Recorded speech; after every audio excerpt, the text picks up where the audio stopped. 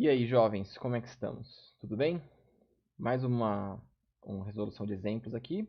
E este exercício também é um exercício que está na nossa lista, ok? E novamente nós vamos aqui abordar conceitos de aplicação, né, do princípio de conservação de energia, ok? Só que esse exercício é interessante porque ele vai misturar agora o conceito de conservação de energia mecânica e também conceitos da cinemática que a gente viu lá no começo do curso. Então vai ser bom para a gente dar uma relembrada lá na parte da cinemática, ok? Vamos para o enunciado então. Um esquiador de 60 quilos parte do repouso a uma altura h de 20 metros acima da extremidade de uma rampa para saltos de esqui e deixa a rampa fazendo um ângulo θ com a horizontal. Então é esse exemplo aqui, ó. Ele estava lá numa posição h de 20 metros, aí ele desce escorregando aqui, chega na posição de salto, né, da rampa do esqui, e ele forma aqui com a horizontal um ângulo θ. E aí daqui ele vai saltar e fazer um movimento tipo parabólico agora, tá? Ele pede para a gente desprezar os efeitos da resistência do ar e supor que a rampa não tem atrito. Então, sistema mais simplificado possível. Aí, letra A. Qual é a altura máxima h do salto em relação à extremidade da rampa? E letra B. Se o esquiador aumentasse o próprio peso, colocando uma mochila nas costas, h seria maior, menor ou igual? Então, a questão B aí é mais discursiva. Então, vamos para a letra A. Eu quero a altura máxima. Isso é um movimento parabólico, é tipo um projétil, né? Ele vai funcionar como se fosse um projétil. E eu quero a altura máxima, então a gente lembra que a gente precisa de algumas referências aqui. Primeira coisa, eu vou escolher o eixo de referência do meu sistema aqui como sendo zero, né? A origem na altura da rampa e apontando verticalmente para cima o eixo y aqui. Por que isso é importante? Porque agora eu consigo escrever a minha velocidade em função desses caras aqui. Eu sei que o vetor velocidade que ele sai nessa posição, na realidade é a composição, né, a soma dos dois vetores. Um vetor vertical mais um vetor horizontal. E eu quero a altura máxima. E eu sei que, então eu vou chamar aqui a velocidade de partida como sendo v1. E a velocidade final eu vou chamar aqui na posição mais alta da trajetória. Por que isso é importante para a gente? Porque eu sei que no movimento parabólico a posição mais alta de uma trajetória é v igual a zero. O vy, né, a velocidade y se anula aqui. Então a velocidade y aqui é igual a zero. Eu vou analisar o movimento apenas na direção y. Então vy aqui em cima é igual a zero.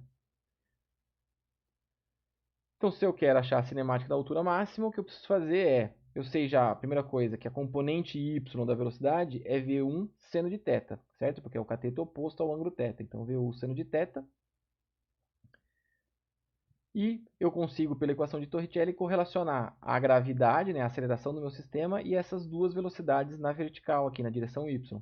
Eu sei que a velocidade final ao quadrado, ou seja, essa velocidade aqui em cima ao quadrado, tem que ser igual à velocidade inicial y ao quadrado, menos 2gh, que é a altura máxima. Por que é menos 2g?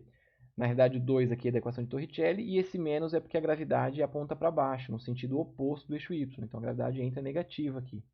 Como a velocidade final é zero, este termo se anula, basta eu isolar esta velocidade v1 aqui, então.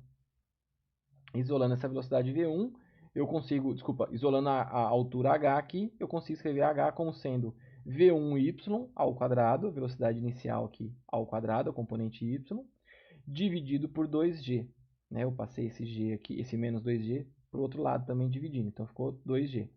Só que o v1y, eu falei que é v1 seno de θ, então fica v1 ao quadrado, seno ao quadrado de θ, dividido por 2g. Então essa expressão aqui me dá essa altura h máxima. Então perceba que eu só preciso, na realidade, determinar então quanto que vale o v1. Afinal de contas, o θ, o exercício já deu, e a gravidade a gente já conhece como sendo 9,8 metros por segundo ao quadrado.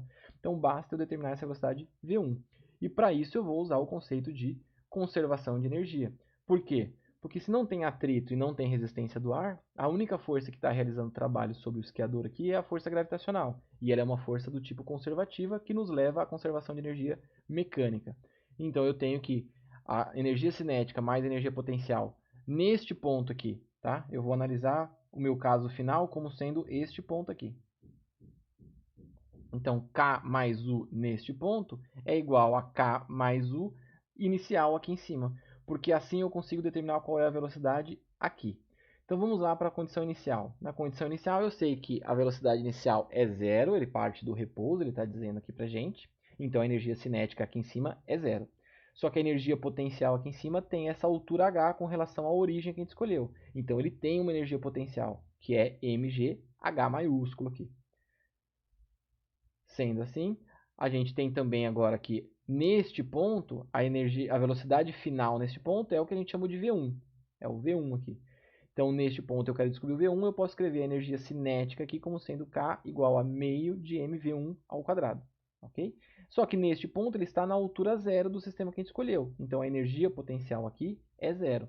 Então, eu tenho aqui a condição inicial e a condição final. Basta agora eu somar essas relações, né? Eu tenho KI mais o I, vai sobrar apenas o termo MGH. Então, do lado esquerdo aqui da conservação de energia, sobra apenas o MGH.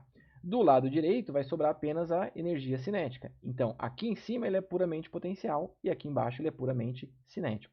Então, igualando agora a energia cinética à energia potencial, a gente tem essa relação. Meio de mv1 ao quadrado é igual a mgh. Perceba que não vai depender aqui da massa. E se eu isolar agora a velocidade v1, eu chego na relação de v1 ao quadrado igual a 2gh maiúsculo. Então eu já sei quanto que vale o v1, né? Esse 2 aqui que estava dividindo passou lá multiplicando. Eu queria o v1 ao quadrado, eu já tenho o v1 ao quadrado. Perceba que eu não preciso nem tirar a raiz aqui, porque eu já sei quanto que é o v1 ao quadrado. Basta substituir essa expressão aqui, ó, na nossa expressão da altura máxima. Então, substituindo, vai ficar que a altura máxima é v1 ao quadrado, que é 2gh, vezes seno ao quadrado de θ, dividido por 2g. Substituindo pelos valores aí da nossa expressão, a primeira coisa também, perceba que o 2 e o g se simplificam, né? Porque eu tenho em cima e embaixo o mesmo termo.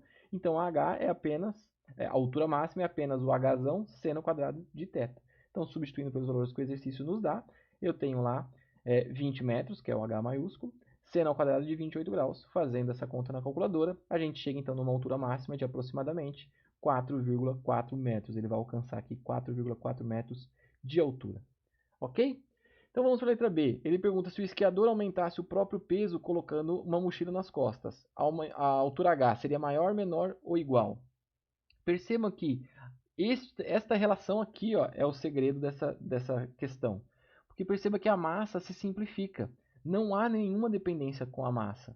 Então, independente se o esquiador está com a mochila ou não nas costas, independente do peso do esquiador, a velocidade inicial será sempre a mesma. E na nossa expressão da altura máxima não entra a massa também.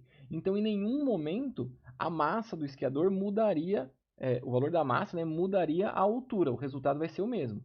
Claro que, se a gente mudasse a massa e também estivesse mudando o tamanho do esquiador e tivéssemos a resistência do ar, aí é outra história. Aí a resistência do ar entra na história, aí a massa vai influenciar sim. Mas como não tem resistência do ar nesse exercício, não há nenhuma dependência também com a massa. Sendo assim, a resposta para B é a altura máxima seria igual. Tudo bem, jovens? Então é isso. Qualquer coisa estou à disposição. Valeu!